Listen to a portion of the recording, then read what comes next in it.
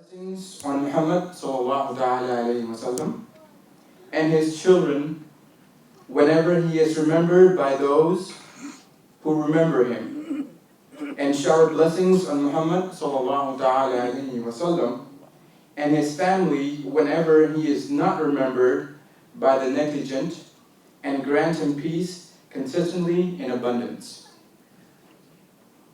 This Guru Sharif is called Durud al-Shafi because Hazrat Imam Shafi radiallahu ta'ala anhu used to recite it constantly, and he received glad tidings of Jannah in this world.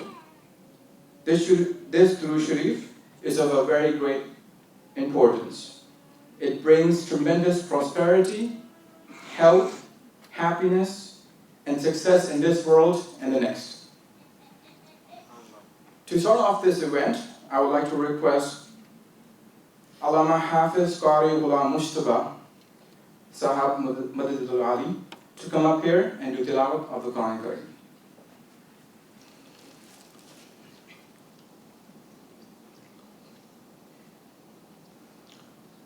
بسم الله الرحمن الرحيم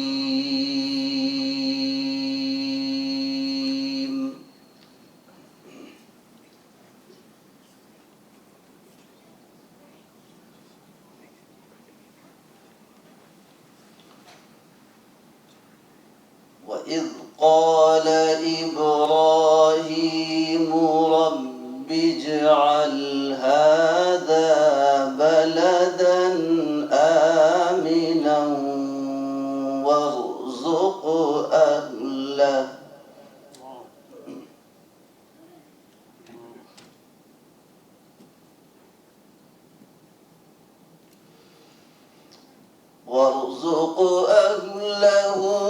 من الثمرات من آمن منهم بالله واليوم الآخر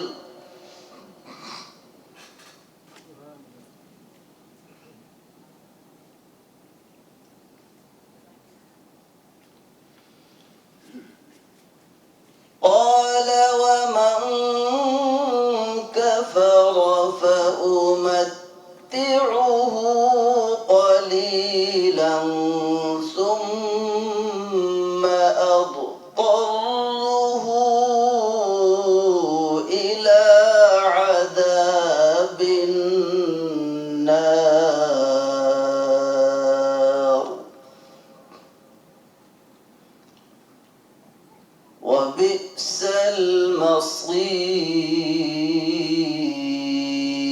المصير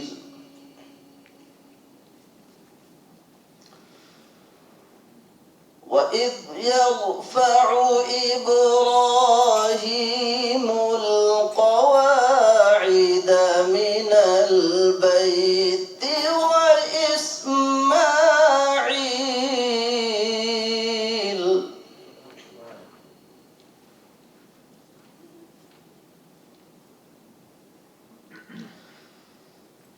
ربنا تقبل منا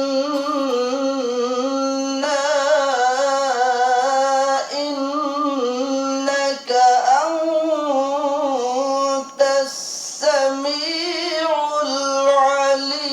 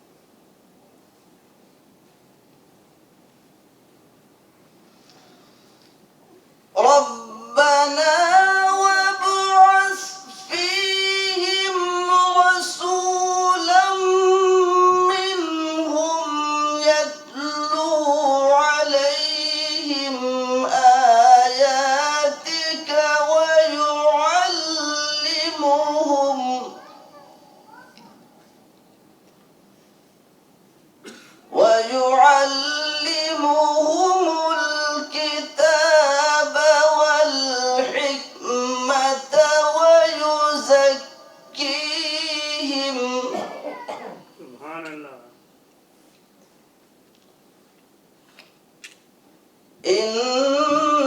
إنك أنت العزيز الحكيم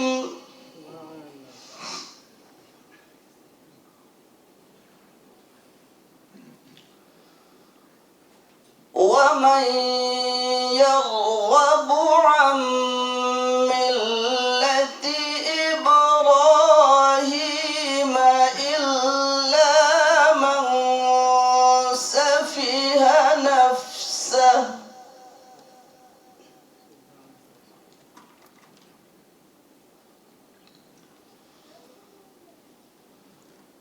ولقد اصطفيناه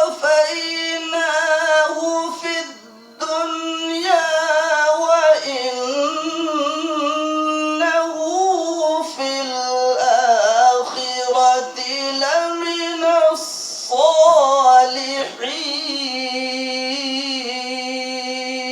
الصالحين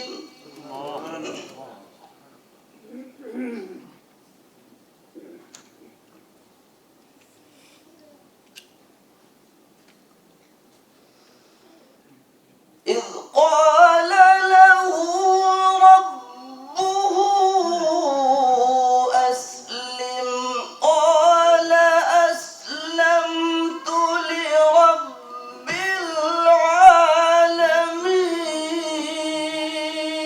العالمين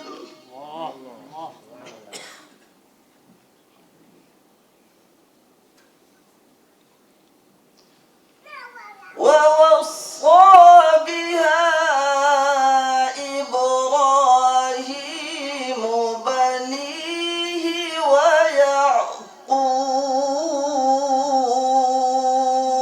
ويعقوب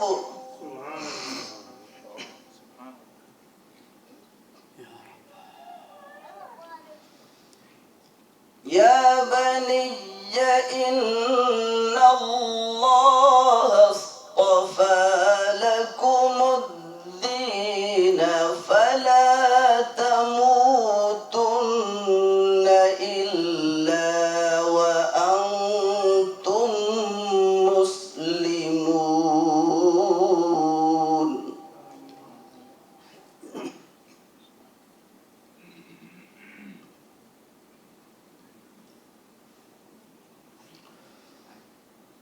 أم كنتم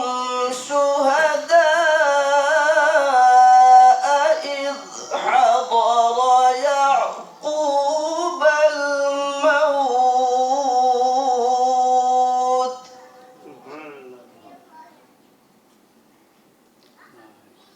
إذ قال لبنيه ما تعبدون من بعدي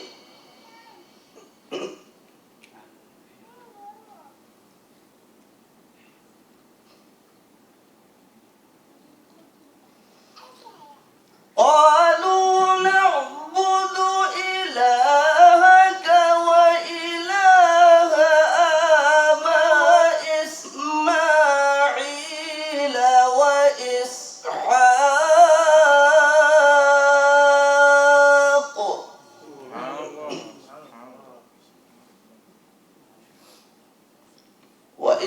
وإسحاق إلها واحدا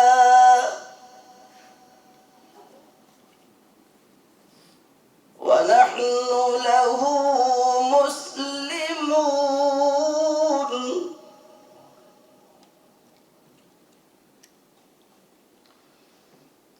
تلك أمة قد خلت لها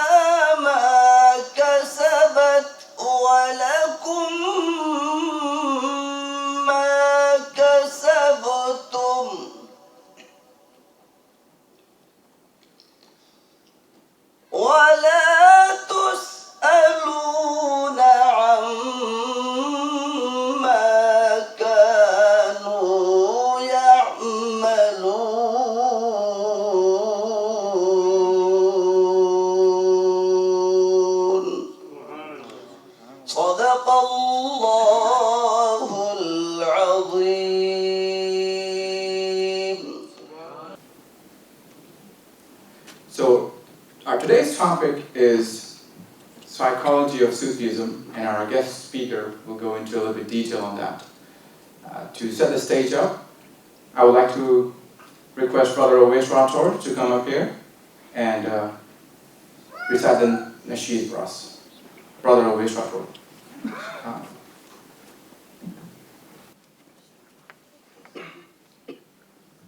السلام عليكم ورحمة الله وبركاته. وعليكم السلام ورحمة الله وبركاته. Please send the rule upon the Prophet sallallahu ta'ala alayhi wa sallam. Sallallahu alayka ya Rasul Allah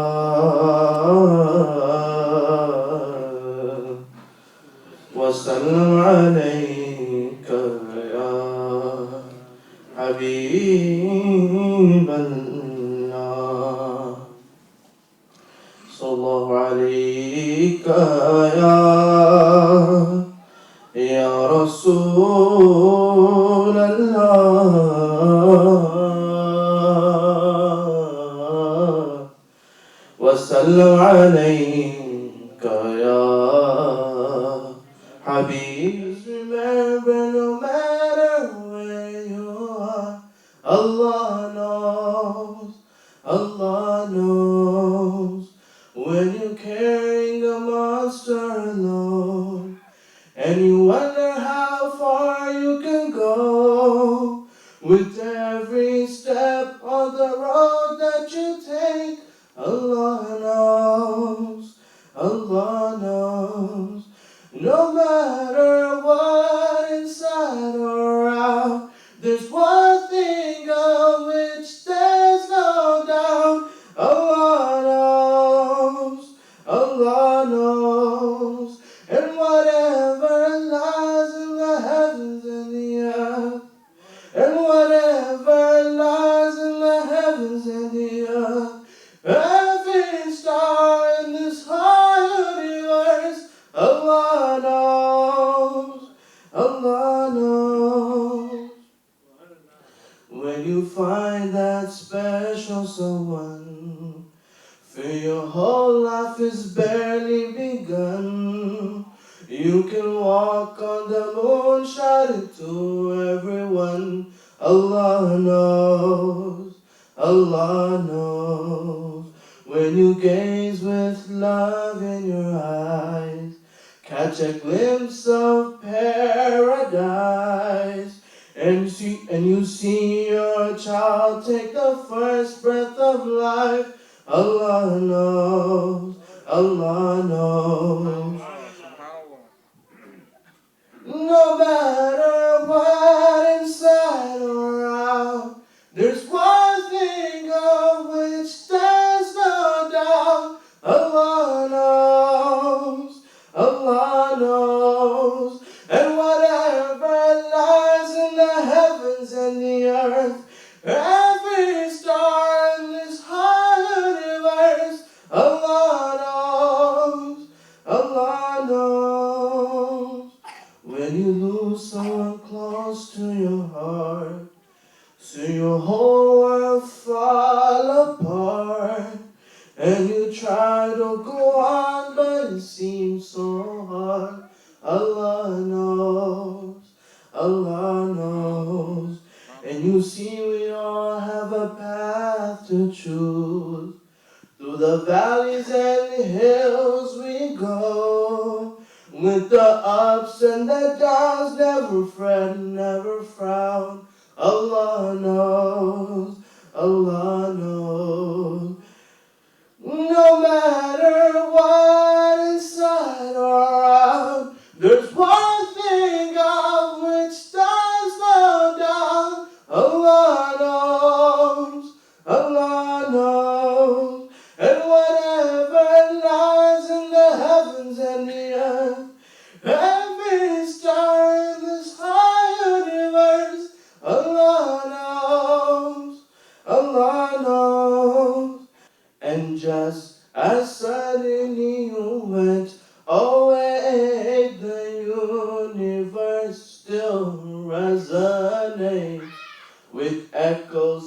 sallallahu alayhi, the universe still resonates with echoes of sallallahu alayhi.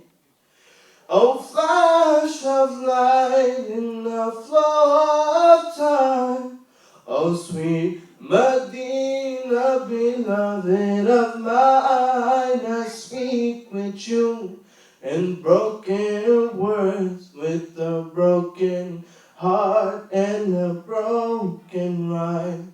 My life is you, my love is you. My connection to the Lord above is you. My means to earn His love is you. My cure from distress and dismay. The universe still resonates with echoes of sallallahu alayhi. As a blinding light, you came to us, and just as suddenly you went away, the universe still resonates with echoes of sallallahu alayhi. More generous, there's never been. More beautiful was never seen. I surrender at your doorstep all my dunya and my deen. O one who came in the merciful sight, with his words let there be light. Convey my broken hearted plight, that a glance of mercy be cast my way. The universe still resonates with echoes of sallallahu alayhi. As a blinding light, you came to us, and just as silently you went away, the universe still resonates with echoes of sallallahu alayhi. No eye has seen such a beauty as thine. No dame has born such a one so fine. You're created free of flaw, as if by your own design. May the Lord upon you send His peace, salutations, blessings that never cease, and to us a gentle breeze that makes us weep our nights away. The universe still resonates with echoes of sallallahu alayhi. As a blinding light, you came to us, and just as suddenly you went away, the universe still resonates with echoes of sallallahu alayhi. Subhanallah. That was Brother Awais Rator doing Hamd and Nasheed. May Allah keep him on the straight path and keep his voice beautiful and keep him giving tawfiq to recite Hamd for us. Inshallah. Ameen.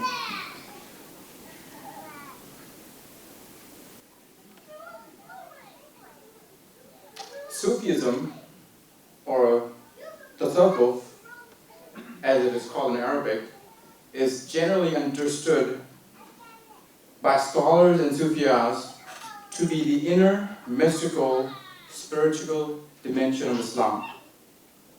Today, however, many Muslims and non-Muslims believe that Sufism is outside the sphere of Islam. Many scholars comment that Sufism is simply the name of the inner dimension of Islam. And one of the scholars of Islam had the following to say about it. After nearly 30 years of study of Sufism, I would say that in spite of its many variations and volumes, expressions, the essence of Sufi practice is quite simple. It is that Sufi surrenders to God in love over and over, which involves embracing with love at each moment the contact of one's conscience as gifts of God or merely as manifestations of God. I would now like to request Brother Saleh Abu Hashim to come up here and recite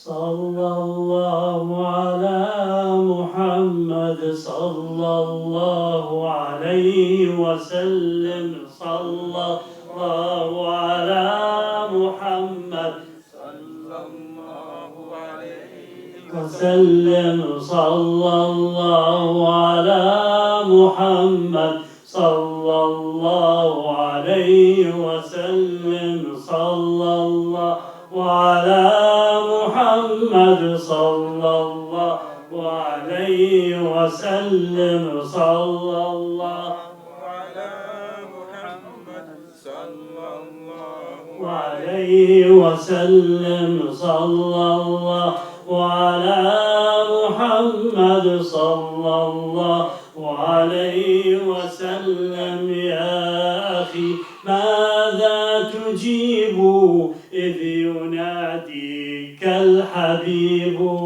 في عتاب من محمد صلى الله على محمد صلى الله عليه وسلم. صلى الله على محمد صلى الله عليه وسلم. يا أخي تركنا سنة رسول الله، ماذا نقول لحبيبنا رسول الله؟ صلى الله على محمد صلى الله عليه وسلم. صلى الله على محمد صلى الله عليه وسلم. أنا ضيفك يا رسول الله، أنا ضيفك، أنا ضيف الله، يا مشفع يا عريض الجاه. أنا ضيفك يا رسول الله، أنا ضيفك يا رسول الله، أنا ضيفك، أنا ضيف الله، يا مشفع يا عريض الجاه. أنا ضيفك يا رسول الله، يا اللي حرمت قم حج البيت، أحرمت ولبت وسعيد، وأنا داخل عالبيت غنيت. أنا ضيفك يا رسول الله، أنا ضيفك يا رسول الله، أنا ضيفك، أنا ضيف الله، يا مشفع يا عريض الجاه. أنا ضيفك يا رسول الله، ودخلت على الكعبة بلبي بالتوبة جددها لربي، ودخلت على الكعبة بلبي بالتوبة جددها لربي، لقيت النور شعشع قلبي. أنا ضيفك يا رسول الله، أنا ضيفك يا رسول الله، أنا ضيفك، أنا ضيف الله، يا مشفع يا عريض الجاه. أنا ضيفك يا رسول الله، يا حبابي صلوا على الهادي بنشيد العاكف والبادي. يا حبابي صلوا على الهادي بنشيد العاكف والبادي. لو تسمع جبريل ينادي أنا ضيفك يا رسول الله، أنا ضيفك يا رسول الله، أنا ضيفك أنا ضيف الله. يا مشفع يا عريض الجاه أنا ضيفك يا رسول الله. والسلام عليكم ورحمة الله. Subhanallah. Now, just the time that we were waiting for, with any more delay, I'm going to request Brother Omar Salam to come up here and introduce the guest speaker, the one that you guys have been waiting for. Jazakallah for waiting. Just keep in mind, there's also going to be a question and answer session if there is time. So if you have any questions during his speech or during any of the time, just make a note of it. And inshallah, if you have time, we will get to those as well. Now, request Brother Omar Salam. Assalamu alaikum. As you know, the topic of tonight's lecture is psychology and Sufism, and the topic is really revolving around something that we're very fortunate to have a speaker today that has spent time specializing on the sciences of psychology and psychobiology. Dr. Omar Mahmood, he studied in California initially, got his bachelor's degree there, and then went to Yemen to learn fiqh, aqidah, as well as the sciences of tasqiyat al-nafs over there. And after doing so, he returned back to California and completed his graduate studies there. And he taught for some time as a professor at the University of San Diego, California, San Diego. So now, alhamdulillah, he's practicing on the clinical side in Los Angeles. And given his background in both things, we thought it would be a great topic to ask him to educate us on. So inshallah, he'll speak for about 20-30 minutes, he stated, and inshallah, after that, if you have time, we'll have question and answer. Thank you. بسم الله الرحمن الرحيم والصلاة والسلام على سيدنا محمد وعلى آل سيدنا محمد. أشهد أن لا إله إلا الله، أشهد أن محمد رسول الله. اللهم صل على سيدنا محمد مفتاح باب رحمة الله عدد ما في علم الله، صلاة وسلام دائمين بدوام ملك الله وعلى آله وصحبه ومن والاه. As was mentioned, I am a clinical psychologist. That's my day job. And before I went to grad school, I studied just an introduction to the Islamic sciences at a traditional learning madrasa in Yemen. And the point of that was I was guided by some of my teachers that if you're going to pursue a field like psychology, that you should study at least the introduction of what our scholars say about the nafs, about what is this being inside of us. And it's very interesting that psychology, the word psychology in Arabic is ilm al-nafs, the knowledge of the self. And of course our scholars use the word nafs as well to talk about the ego, to talk about these inner desires, the inner motivations inside of each and every one of us. That we all have this nafs inside us, and how do you discipline it?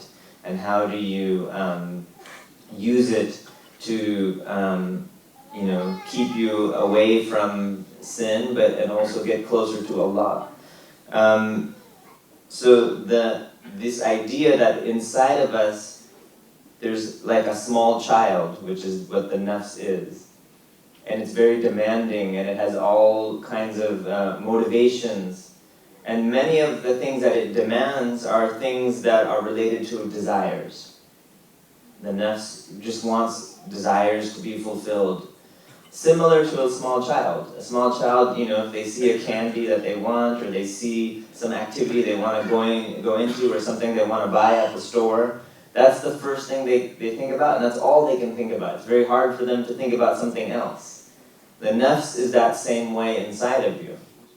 And it explains a lot of human behavior. And even as we get older, there's still this sort of childish nafs inside of us. And it's the one that, promotes you or pushes you towards jealousy, or pushes you towards feeling arrogant, or pushes you towards wanting more of, of the dunya and these types of things. It's the little thing inside of you that keeps pushing you in these directions. And so when our beloved Prophet Muhammad ﷺ came to teach his companions, he was really teaching them a lot. Of course, he taught them a lot about theology and fiqh and how to practice the faith. But probably the core teachings he gave them that would impact their daily lives is understanding their nafs and the human behavior, and how to align that in something which is what Allah subhanahu wa ta'ala wants. And so most of what, when we think about psychology covers different topics, but you think about a few things. In psychology, you think about the mental state. What is someone thinking? What are their cognitions? How, their memories, their problem solving, their decision making. You think about it on a very intellectual level. But also under psychology is a very emotional level. Sadness, depression, anxiety, worry, these type of things are not as intellectual, but they're part of psychology as well. They're deeper. And they explain some of our feelings. And in the teachings of our beloved Prophet Muhammad ﷺ, we're taught to think on both of these levels, to address both the intellect, but as well as the emotional state inside. And that these things guide your behavior in your day-to-day life. And if you don't understand how it works, your behavior you won't be able to predict. And you'll be put in certain situations and you won't know how to respond.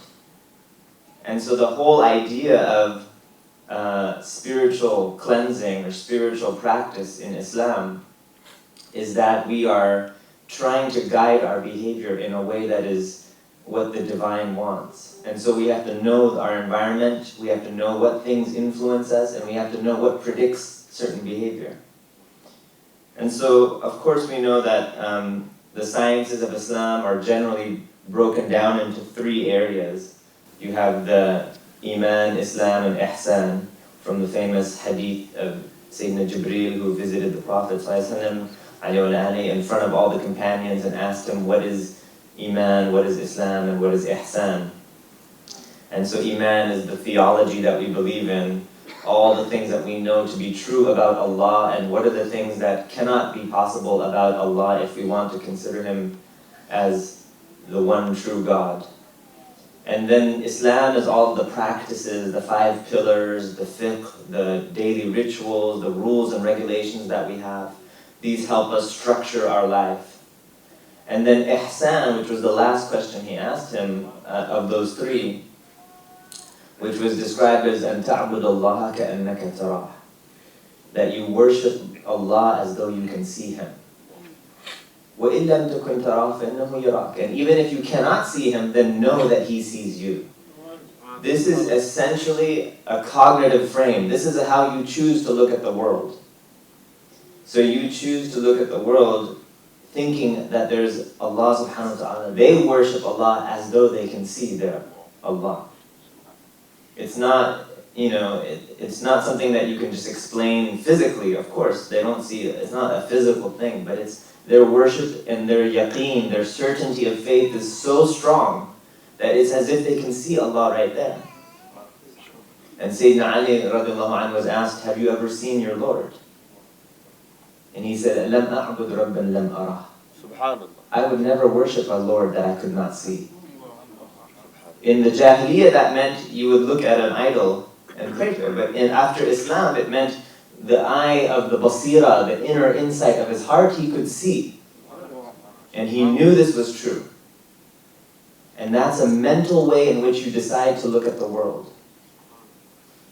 And Allah subhanahu wa ta'ala says in a hadith Qudsi on the tongue of our beloved Prophet Muhammad sallallahu alayhi wa أَنَا عِنْدَ ظَنِّ عَبْدِي بِي فَلْيَظُنُّ بِي مَا شَاءَ.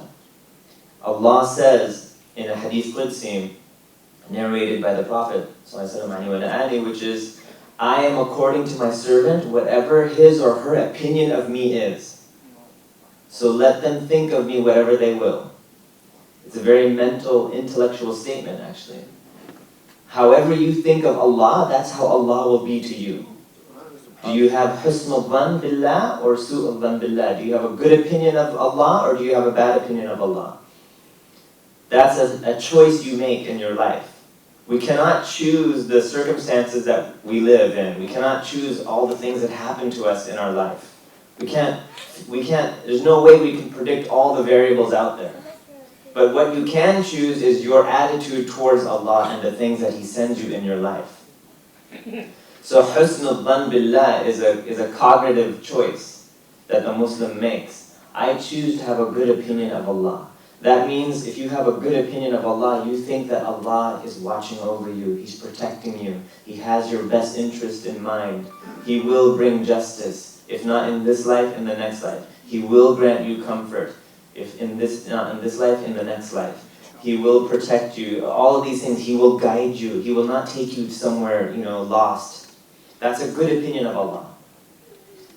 But if you have a bad opinion of Allah, you think Allah just wants to punish you, you think Allah doesn't want the best for you, He's always trying to take you away from your goals in life, He's trying to destroy you. If that's what you think of Allah, Allah's saying in this hadith that I will be to you whatever you think of me.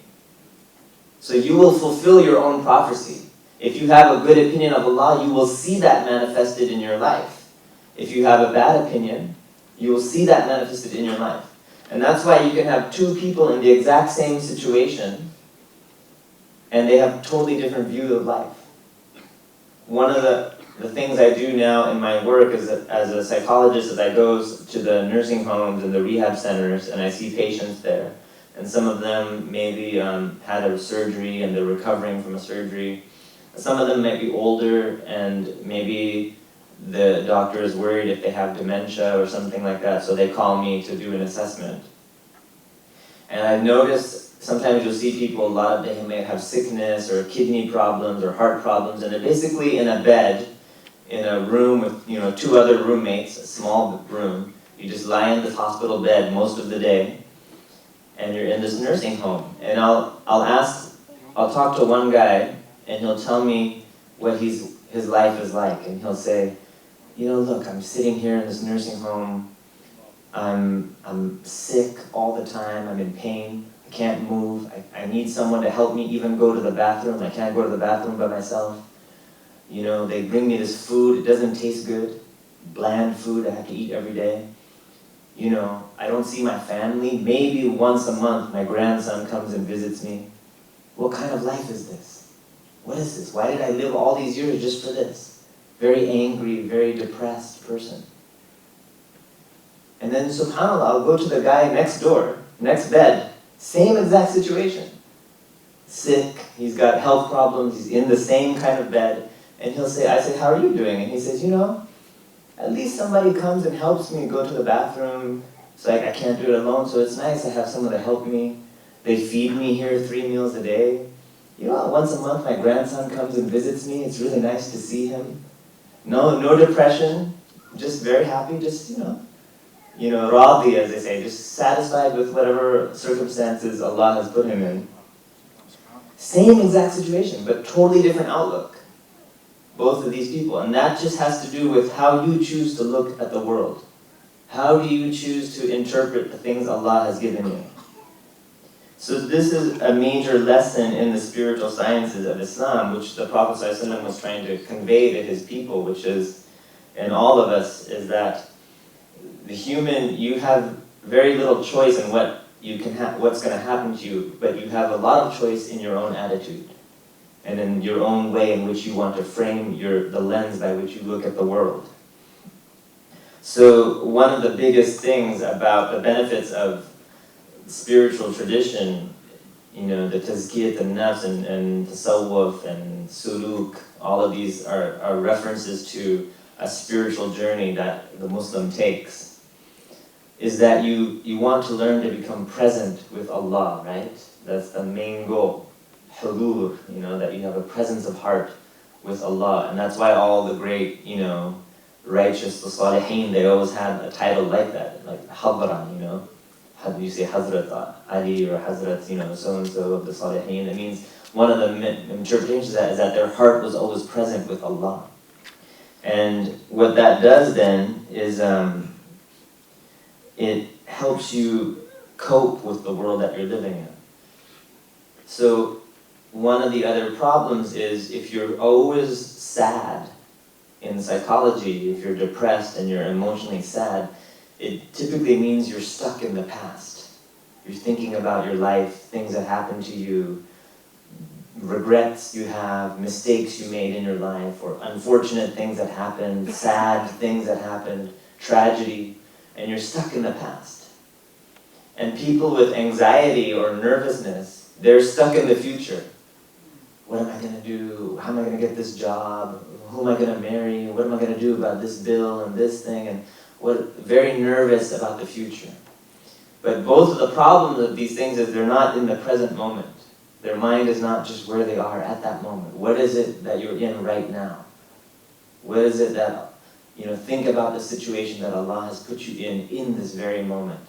And if you can do that, many of these worries and these tribulations and these sadnesses, they go away so easily. Because at that moment, it's basically just you and Allah. Right? There's nothing else. So that is the spiritual state that one tries to achieve. And we know that in general, on average, more religious people, on average, the more religious people, they tend to have less psychological problems. There's less depression, less anxiety. It still happens, of course, to even religious people. But it's just, they seem to be able to get over it faster because they have this spiritual place where they can go for coping and dealing with the world that they're in, the very stressful world that you're in. So it's one of the, the hidden benefits of the spiritual path is that you actually learn how to cope with the world around you. You don't get sucked down into negative and thinking about the past and sadness, and you don't get pulled into the future, worried and nervous about things that are going to happen. You're much more grounded in that sense. You're much more stable because you have a connection to something outside of all of this, outside of time. And Allah, of course, is timeless. So the other thing is that it allows you to release your feelings. We get a lot of stress. That's natural. We have sad things that happen to us. That's, of course, very natural. Even amongst the great Salihin and amongst the prophets. I mean, nobody was more tried and given more tribulations than the prophets. Just deep, depression. I mean, a year of sadness. Think about that. A whole year. And we sometimes, if a Muslim is sad for a few weeks, we say, come on, where's your faith in Allah? Ittaqillah, maybe he's going through, or she's going through something hard. We don't like people to be sad for a few weeks. And the Prophet ﷺ had a whole year. And so this is just to highlight that the human being is going to experience stress.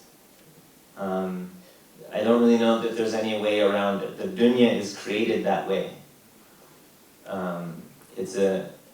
Part of it is maybe the wisdom Allah has that you see it, and then when you go to the akhirah, it's a place absent of all these things.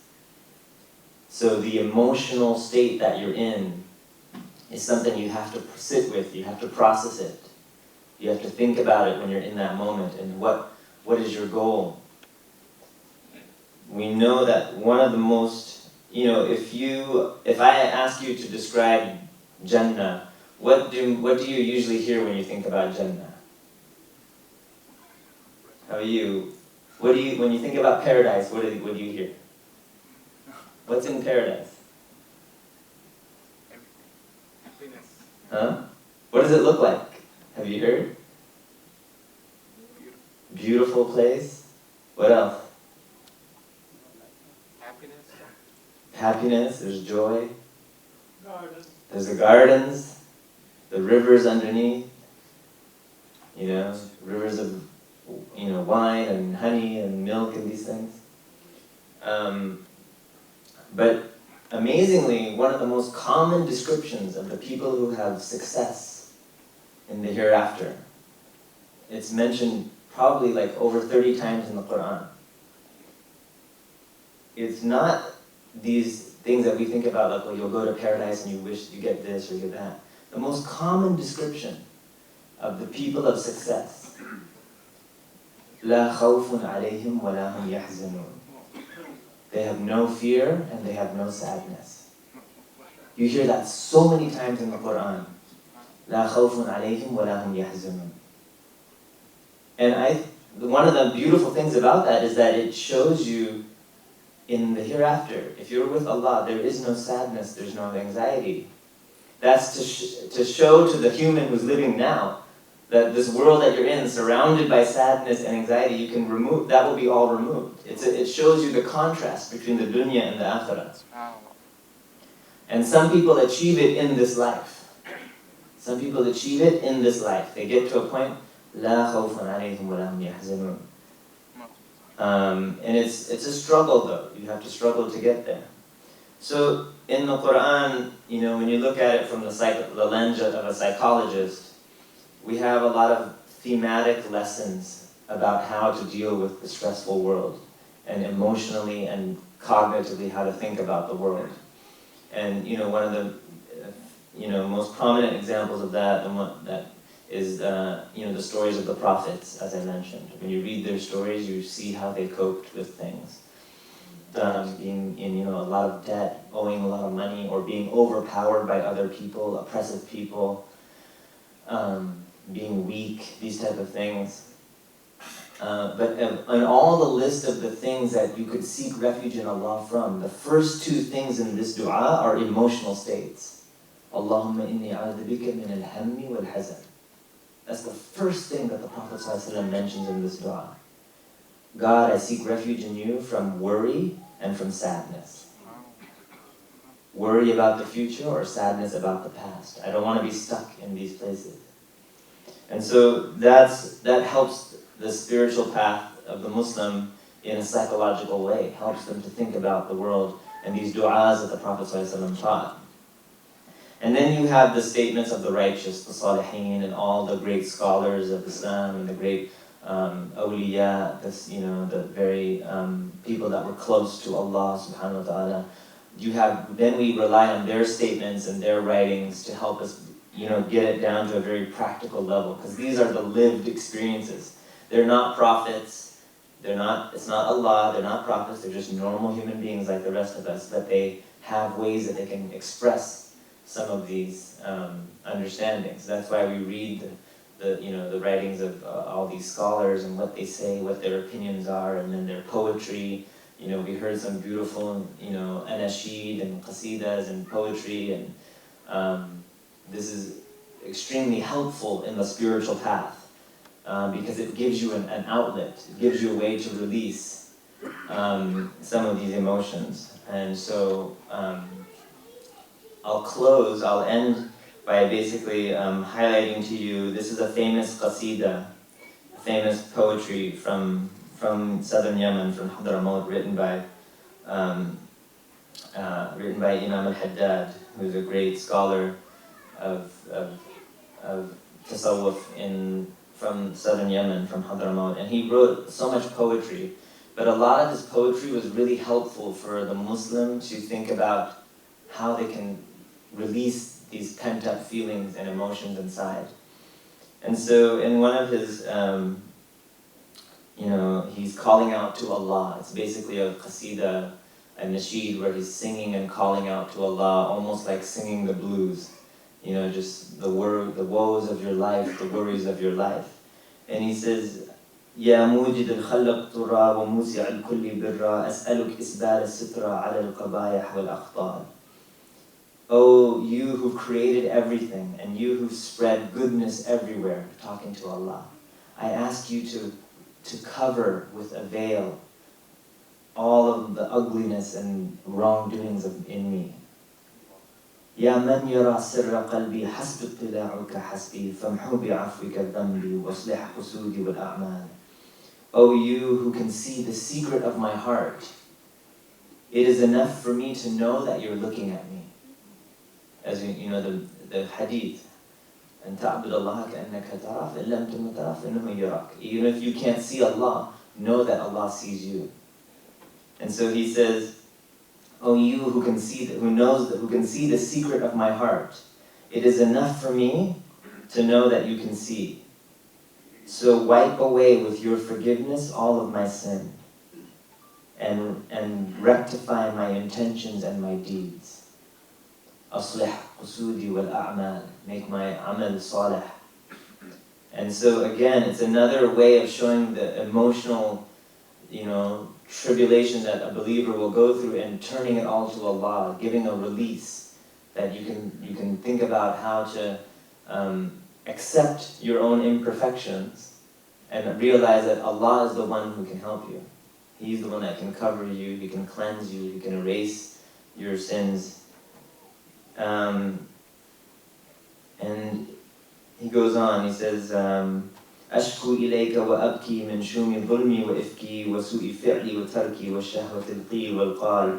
I complain to you, O Allah. Again, it's kind of like singing the blues, he's just all of his woes and worries. I complain to you, and I cry, min shumi dhulmi wa ifki, from the lowness of my own oppression, my own wrongdoings. Wa su'i fi'li wa tarki, and the evil of what I do, and the evil of what I don't do.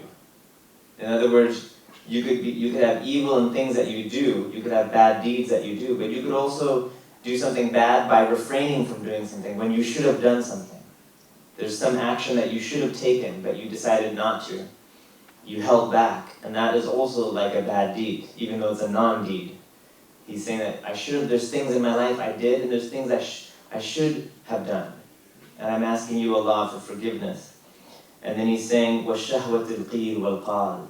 And this issue of qeel and qaal is, again, it's another thing that goes back to that childish nafs inside you, the ego. It wants to hear gossip, it wants to hear what people are talking about. Who said this? He said this, she said this. That's something that the nafs really likes to hear. And so he's saying, I'm seeking refuge in you, or I'm asking you, Allah, for forgiveness from shahwat al-qeel wal-qal. And it's a very important point because Imam al-Haddad was a well-known scholar of the righteous people. It's highly unlikely that there was not really any documentation or any evidence at all that he would have been someone gossiping. He probably never gossiped, ever. People watched him, as students, his life is well recorded, and he's a well-known wali of Allah, he would not engage in gossip at all. So why is he asking Allah for shahwat al-qeel wal-qal, for the desire to talk about and enter into gossip? He never entered into gossip, but sometimes he might have heard, if you hear somebody say something, your wife or your husband says something, and you kind of want to know, hey, what are they talking about?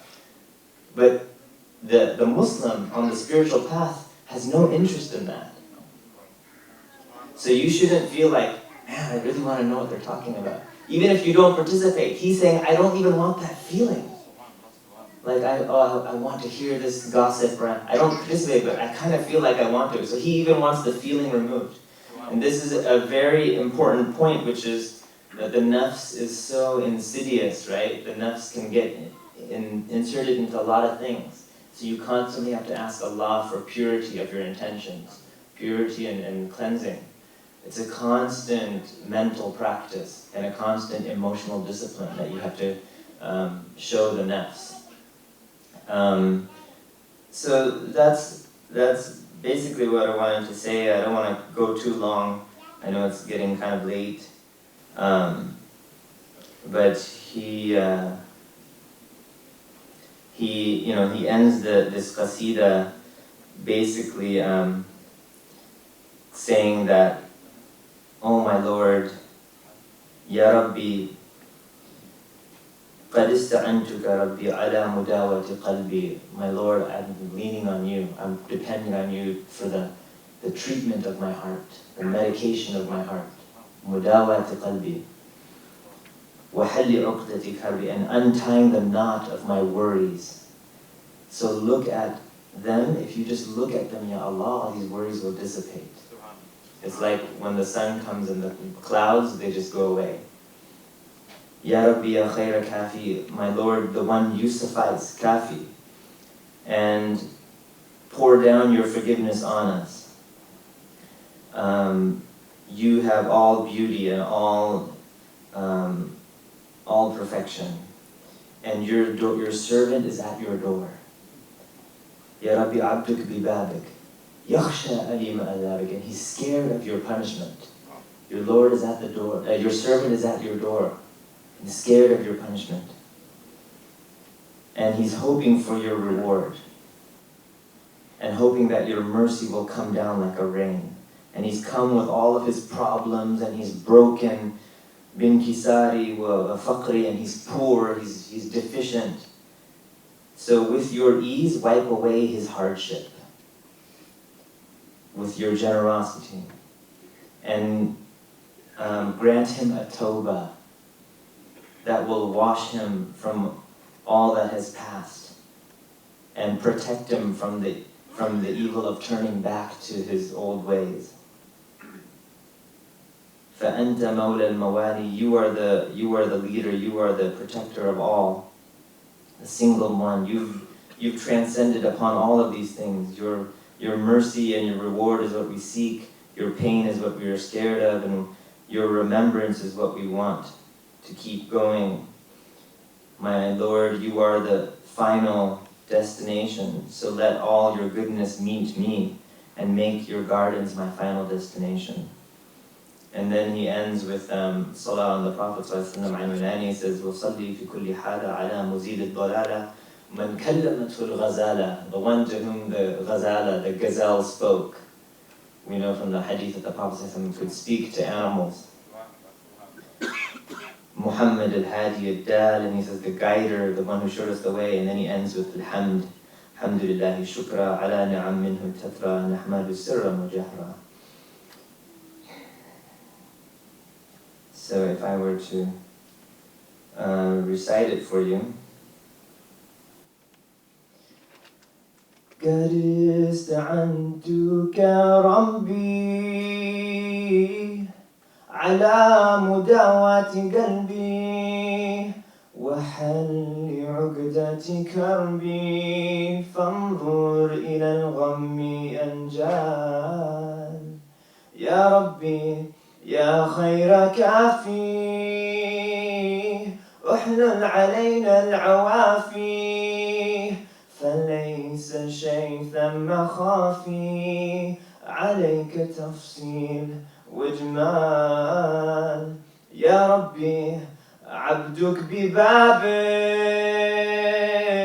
يخشى أليم عذابك ويرتجي لثوابك وغيث رحمتك هطال وقد أتاك بعذره وبانكساره وفقره فاهزم بيسرك عسره بمحض جودك والإفضال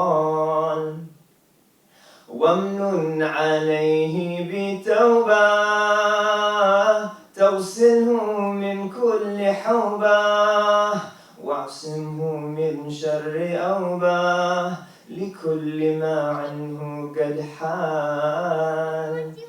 فأنت مولى الموالي المنفرد بالكمال وبالعلا والتعالي علوت عن ضرب الأمثال.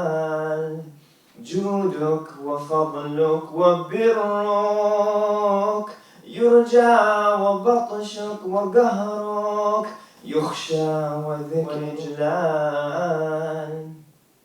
يا ربي أنت نصيري فلقني كل خيري واجعل جنانك مصيري واختم بالإيمان الآجال وصلي في كل حالة على مزيل الضلالة من كلمته الغزالة محمد الهادي الدال. والحمد لله شكرا على نعم تترى نحمد سرا وجهرا وبالغدايا والآصال. اللهم صل وسلم عليه وعلى آله. I ask Allah to rectify our hearts, purify our intentions, and to remove any sadness or depression that has befallen any of our brothers and sisters, and to remove any anxiety or nervousness that has befallen us, and to keep us strong in times of tribulation and times of worry and stress. And I ask Allah to protect us and to forgive us and to enter us all into His mercy. Wa sallallahu ala Sayyidina Muhammad wa sallam wa afu minkum. That was Dr. Mahmood, our guest speaker.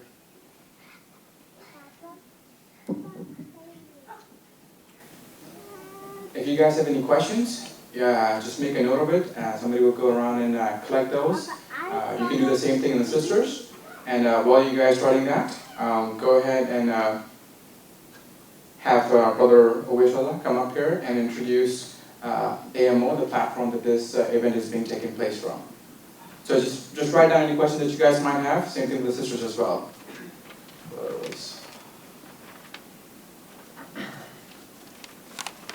Assalamu alaikum. So many of you guys might not know the organization that we're a part of. The name is AMO, American Muslim Organization. I just want to give a short introduction about what the purpose and the objectives we have for this year in store for this organization, and just a little bit about who we are. Essentially, we're just a bunch of young American Muslims, just young people around the world. We just came together in order to do one thing, to incorporate humanities and social stuff into Islam, because as we know that our generation is progressing and we need a lot more people, like young people, to come to our events so that the next generation can be ready in order to progress Islam. So what we do in this organization is we pursue social causes such as going to Houston Food Bank, going to homeless shelters in order to help out. We like to make whatever difference we can wherever we go, however we can, and we just want to improve our communities. This organization was based around one hadith, Bismillah ar-Rahman ar-Rahim, Afshu salam wa adimu tu'am, spread peace and feed people. And we live and die by this hadith because we want to strive to improve, just like I said, our community and wherever we go. Now, although we do volunteering events such as going to Houston Food Bank and feeding the people that are not as fortunate as us, and going to homeless shelters and seeing how the people live there in order to be more thankful of what we have, we also have fun events, such as the camp retreat that we had last year. Now, what this camp retreat was, there was 40 people that went. We had fun. We had a campfire. We had fishing. We had all the fun stuff, the outdoor activities. It was like an hour away. We also had, we incorporated Islam into this as well. We had people come out to speak. We had hadiths around the campfire. Essentially, it was just a bonding experience for this whole organization. And personally, I enjoyed it very much. Now, if you found this organization, we host events like this. We try to do as much as we can. If you want to be a part of it, don't hesitate. The age does not matter. Nothing matters. You'll be welcomed as soon as you ask to join. I just ask that you come forward after this to Faraz Bhai, Zain, or Fahad Bhai, and ask if you can join, and we'll take you along on this wonderful journey. Also, one last thing I'd like to add. The difference that we want to make in our world, it's not going to just come by itself. So we always need young people, to progress this. So just keep that in mind when you want to join, because going out there, seeing how people are living in homeless shelters, they get 10 minutes to shower, whereas we take 40 minutes to an hour enjoying our showers. They only get 10 minutes. They're not as fortunate. We need to see another aspect of life. So I suggest you guys join this. It's a really good organization. Jazakallah. Make sure you guys come over to Faraz Bhai and Fahad Bhai if you'd like to join. Alhamdulillah, about 12 months ago, I had an opportunity, along with many other people in Houston, to attend an event that, to an extent, was a transformational thing for me.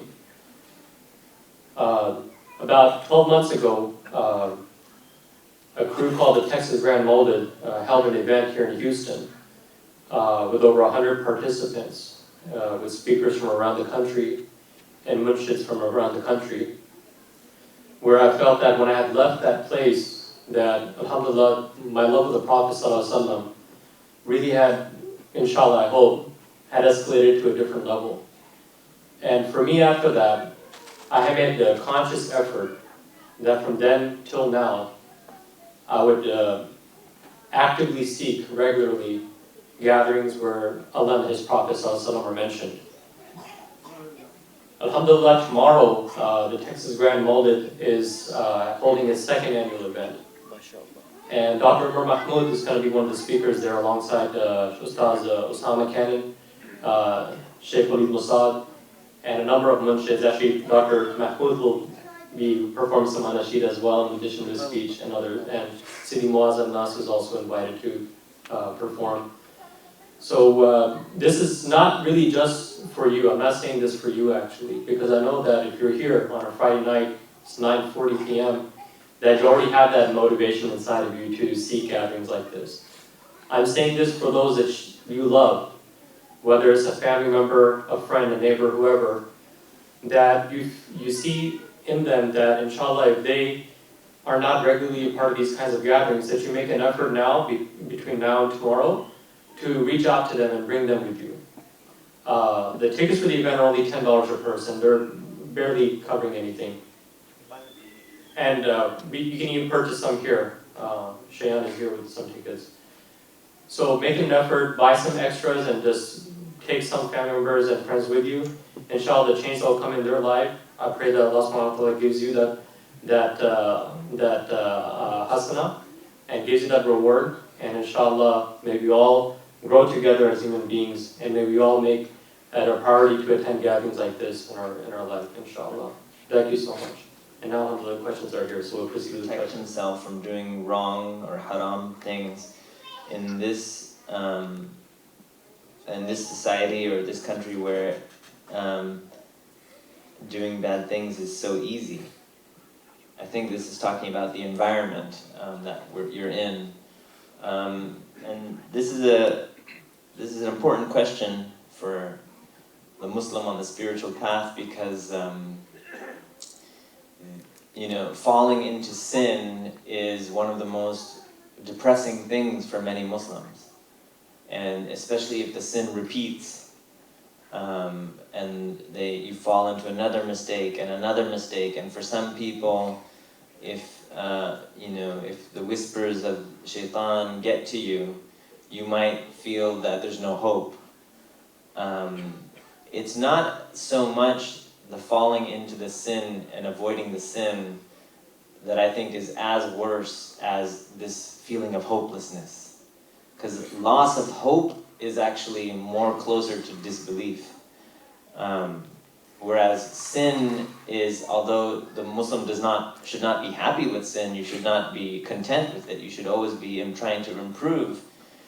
A lot of that will depend on your surroundings and your social group and the environment that you're in. There are many Muslims living in the Muslim world. They live right next to masjid, there's adhan in their ear 5 times a day. Everything stops, it's easy to pray. Ramadan, it's easy to fast. You could live most of your life in one of those situations and have very little outward sins, and in terms of the society around you will keep you in check. So that could be mainly just environmental. If you put that same person in America, where there's all these temptations, there's no structure, there's no people to protect you or support you or encourage you, you could easily start falling into sin. And so that could be dependent a lot on the environment, so there has to be something internal as well to the person. And so this, will require a lot of discipline. This requires, knowing what environments are your weaknesses, where certain people have certain weaknesses. Certain people, their weaknesses is maybe in the desires of the nafs, things they want. Could be food, could be money, could be, the opposite sex, could be all kinds of things that the nafs is desiring. So knowing what your particular weakness is, could be too much sleep, it could be all these things, and being able and structuring your life in a way to avoid that. don't be so arrogant to think that I could just stop it. It's much better to influence some change in your environment so you avoid it to begin with. So you at least reduce the amount that you can be exposed to it. That's more realistic. And then not getting so down on yourself if you do fall into it. You know, of course, there's many hadith, and there's hadith Qudsi that Allah subhanahu wa ta'ala, He will keep forgiving His servant every time he comes back to Him. And he sins, and the servant comes back and makes tawbah, and He keeps forgiving. And as long as you know that you have a Lord that forgives you, Allah will forgive you. Inshallah, that is not something that you should be depressed and caught up about, but it does require a lot of consistency. You have to start small, and you have to be wise about the environment and the social circle that you're around. In America, stress is the biggest pitfall that people fall in. In your professional opinion, what are some of the best stress relievers here that we can practice daily? So this is actually, a lot of the prophetic tradition, I think, is all about stress relief.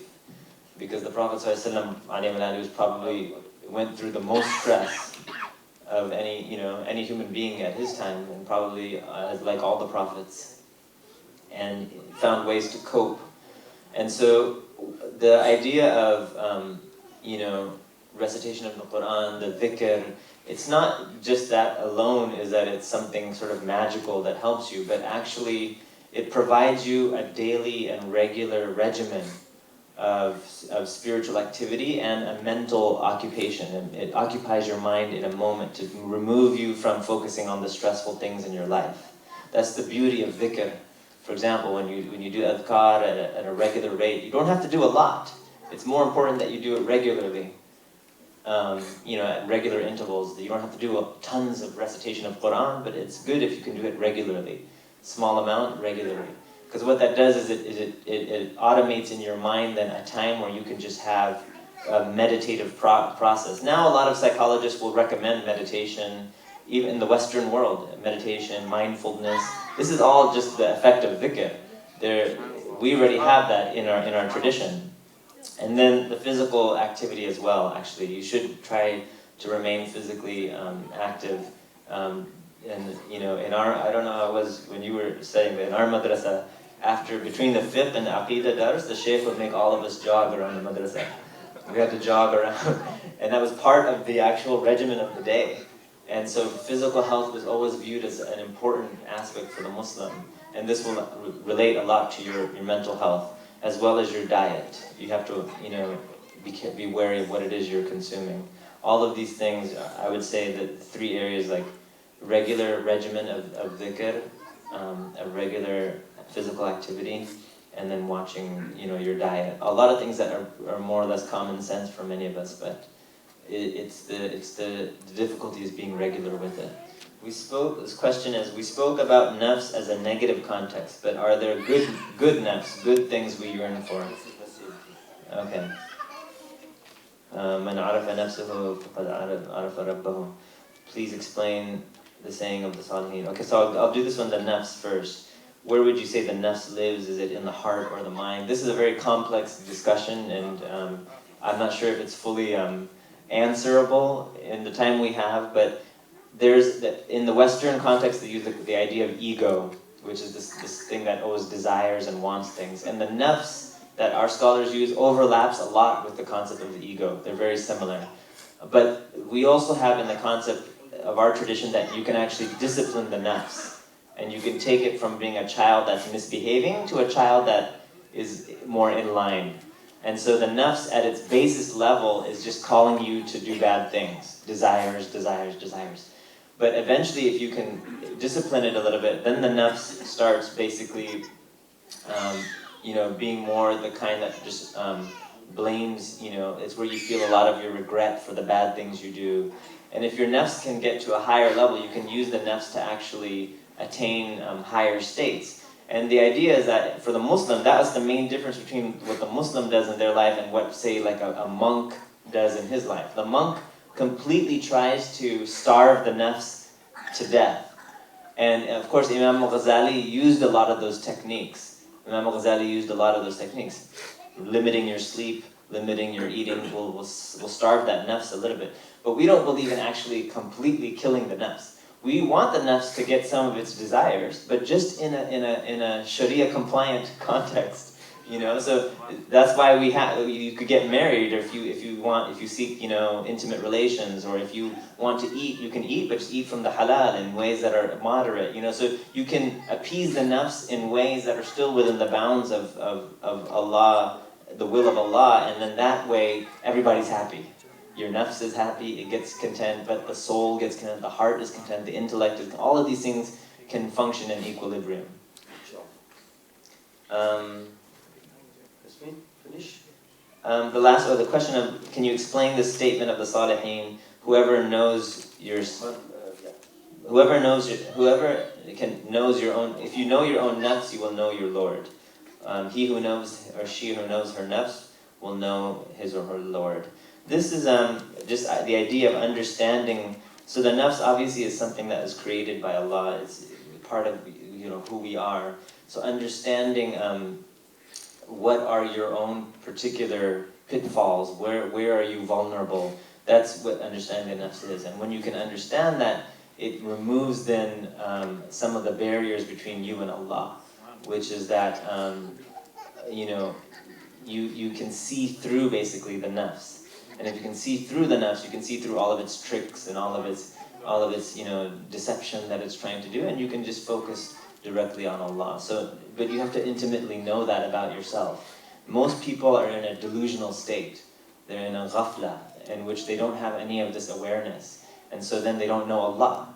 But if you can wake up out of that, in other words, get a little bit more self-awareness, then you will start to realize your place in the world. You will start to realize your place as the servant of Allah, creation of Allah, and then it becomes between you and Allah. It becomes a beautiful experience. And this is what Muslims we try to do in our day-to-day lives. May Allah grant us tawfiq, inshallah.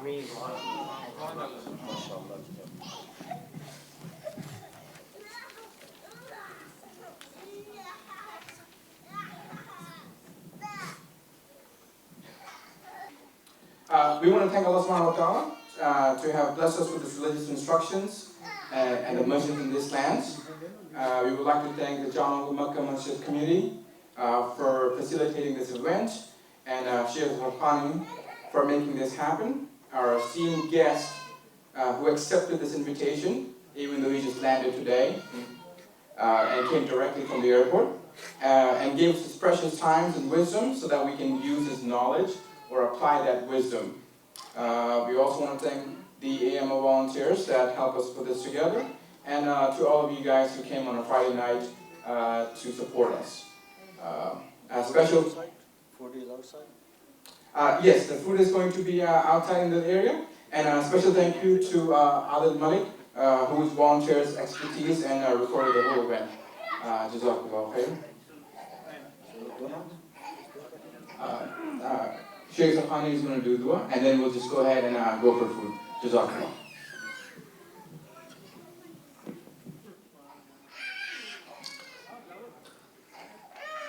اللهم صل على سيدنا مولانا محمد وبارك وسلم. اللهم صل على سيدنا محمد حتى لا يبقى من الصلاة شيء. اللهم سلم على سيدنا محمد حتى لا يبقى من السلام شيء. اللهم بارك على سيدنا محمد حتى لا يبقى من البركة شيء. اللهم ارحم سيدنا محمد حتى لا يبقى من الرحمة شيء. اللهم ربنا تقبل هذه الحفلة المباركة الطيبة الطاهرة يا رب العالمين. اللهم ارزق بها التعرف على دينك تعريفا كاملا يا رب العالمين. اللهم ارزق بها أن نعمل ما فهمناه من الدين يا رب العالمين. اللهم ربنا آتي خير الجزاء للضيف ولمن ساهم في انعقاده هذه الحفلة، ولكل من حضر هذه الحفلة يا رب العالمين. اللهم اغفر لنا ولسائر المؤمنين والمؤمنات الأحياء منه الأموات يا رب العالمين. اللهم اشف مرضانا يا رب العالمين. اللهم اشف مرضانا يا رب العالمين. اللهم اغفر موتانا يا رب العالمين. اللهم فرج عنا وعن المسلمين جميعا يا رب العالمين. العالمين हमारे एक साथी जो कसरत से नमाज पढ़ने के लिए जुमा में आते थे, अलील है, हॉस्पिटल में एडमिट है, अल्लाह उन्हें सेहत कामिला आजिला अता फरमा दे। ऐ अल्लाह उनकी परेशानियां दूर फरमा दे, उन्हें सेहत आजिला और कामिला अता फरमा। ये नौजवान जिन्होंने आज के महफिल के लिए तवज्जो किया, ये अहबाब जो आए और हमारे मेहमान, अल्लाह इन सबों का अजर अज़ीम अता फरमा। वसल्लल्लाहु तआला अलैहि वसल्लम बिरहमतिका या अरहमर राहिमीन।